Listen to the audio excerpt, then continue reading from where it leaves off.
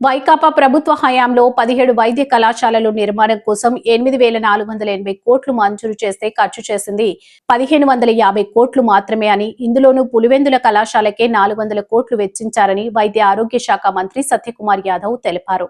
రూపాయలు 18 పైసలు మాత్రమే ఖర్చు పెట్టి 17 కళాశాలని నిర్మించినట్లు అసత్య ప్రచారం చేస్తున్నారని మండిపడ్డారు. వైకాపా నేతలు గుండెలు తీసిన బంట్లు అనే దానికి ఇది నిదర్శనమని ధ్వజమెత్తారు. పీపీపీ విధానంలో 10 కళాశాలల్లో అదనంగా 610 ఎంబీబీఎస్ సీట్లు, అనుబంధ ఆసుపత్రుల్లో 1,050 అదనపు పడకలు అందుబాటులోకి వస్తాయన్నారు.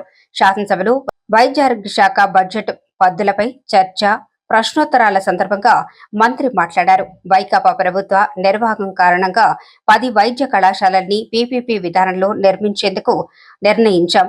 2 ఏళ్లలో 2 దశల్లో వీటిని పూర్తి చేయనున్నామని, తొలి దశల్లో ఆదోని, మదనపల్లి, మార్కాపురం, పులివెందల, 2వ దశలో పార్వతీపురం, నర్సీపట్నం, పాలకొల్లు, అమలాపురం, బాపట్ల, పెనుకొండ కళాశాలల్ని పూర్తి చేస్తామని తెలిపారు.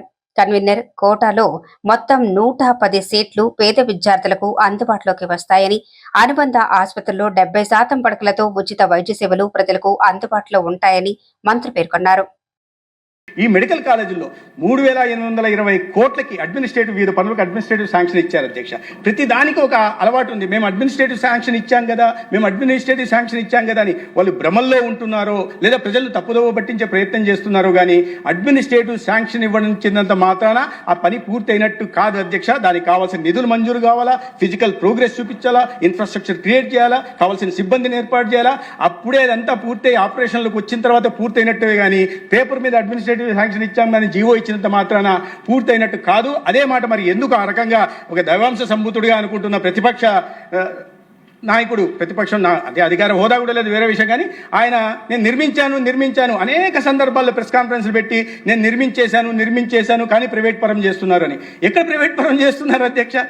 మీ నర్సీపట్నం నియోజకవర్గంలో 500 కోట్లు ఖర్చు పెట్టాల్సి వస్తే 10,70,00,000 మాత్రమే ఖర్చు పెట్టారు. అది నిర్మించినట్టుగా ప్రజల్ని తప్పుదోవ పట్టించే ప్రయత్నం చేస్తున్నారు. తర్వాత ఇంకోటి ప్రధానంగా ఇవాళ 3,820 కోట్లు అనేక ఇవి కర్నూలులో ఐపీ బ్లాక్ కానీ, లేదా ఇక్కడ సర్జికల్ బ్లాక్ కానీ, లేదా ఎంసీహెచ్ వార్డ్ కానీ, అనంతపూర్లో అనేక చోట్ల ఇప్పుడే విశ్వకుమార్ రాజు గారు చెప్తున్నారు మీకు ఫంక్షనల్ శాంక్షన్డ్ బెడ్ కన్నా ఫంక్షనల్ బెడ్స్ ఎక్కువ ఉన్నాయి, దానికి అనుగుణంగా ఇవాళ సిబ్బంది కూడా కావాలి, దానికి అనుగుణంగా మౌలిక సదుపాయాల కల్పన కావాలి అన్నారు. ఇప్పుడు ప్రయారిటీస్ ఇవి చేయాలా లేకపోతే వీటిని ఇలాగే వదిలేసి అనేక కళాశాలలు, కాకినాడ కాలేజ్ డిలాపిటేటెడ్ స్టేట్లో ఉంది అధ్యక్ష.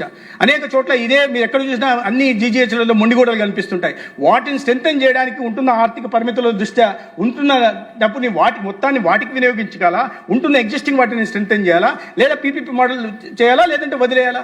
ఒకవైపు వీటిని స్ట్రెంథెన్ చేసుకుంటూ వనరులను వీటి మీద వాడుకుంటూ, రెండో వైపు కొత్తగా 10 కాలేజీలను ఏదైతే అనుకుంటున్నామో వాటిని ఇవాళ పీపీపీ మోడల్లో చేయాలనుకుంటున్నాం. దాంట్లో తప్పేందో నాకు అర్థం కావట్లేదు అధ్యక్ష.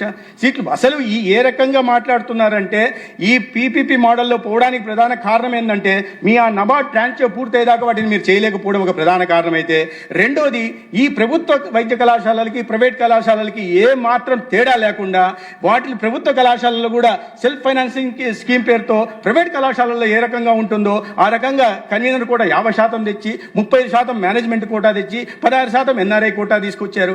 ఇవి చెయ్యకపోతే ఆ 107, 108 జీవోలు తేకపోతే ప్రభుత్వం ఈ అవకాశం ఉండేదే కాదేమో. చేసిన తప్పంతా మీరు చేసి ఆ దిశగా నడిపించి ఇవాళ మళ్ళీ ఈ రకంగా డొంక తెలుగు మాటలు మాట్లాడే ప్రయత్నం చేస్తున్నారు అధ్యక్ష. అది నిజమైన వాస్తవం కాదు అధ్యక్ష.